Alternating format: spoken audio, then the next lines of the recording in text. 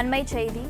குற்றங்களை கண்டுபிடிக்க ஒருவரது தொலைபேசி உரையாடல்கள், தகவல்களை ஒட்டு கேட்க முடியாது என உயர்நீதிமன்றம் தெரிவித்துள்ளது.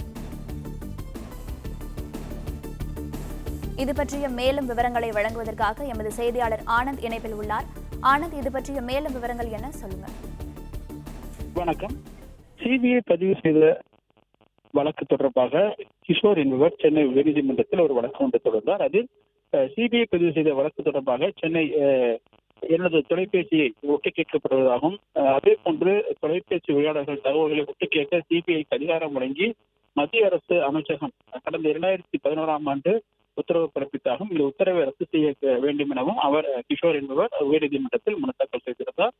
இந்த வழக்கை விசாரித்த நீதிபதி ஆனந்த் வெங்கடேஷ், சட்டப்படி நியாயப்படுத்தாத வரை ஒரு நபரின் தொலைபேசி உரையாடல்களை ஒட்டு கேட்பது அந்தரங்க உரிமை மீறிய செயலாகும். எனவே இது சட்டவிரோதம் எனவும் தெரிவித்திருக்கிறார். மேலும் குற்றச்செயல்களை கண்டறிவதற்காக ரகசியமாக ஒட்டு கேட்பது அனுமதிக்கத்தக்கதல்ல என கூறிய நீதிபதி, கிஷோரின் தொலைபேசி உரையாடல்கள் ஒட்டு கேட்க அதிகாரம் வழங்கி உள்துறை அமைச்சகம் பிறப்பித்த உத்தரவை ரத்து செய்து உத்தரவிட்டார்.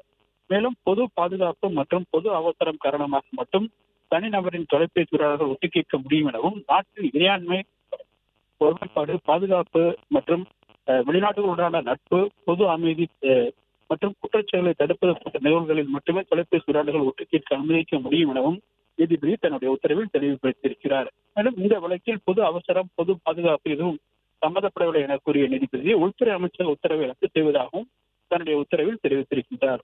பிளே ஸ்டோர் மற்றும் ஆப் ஸ்டோரில் இருந்து பாலிமர் செயலியை QR கோடு மூலம் பதிவிறக்கம் செய்யுங்கள். செய்திகளை உடனுக்குடன் பெறுங்கள்.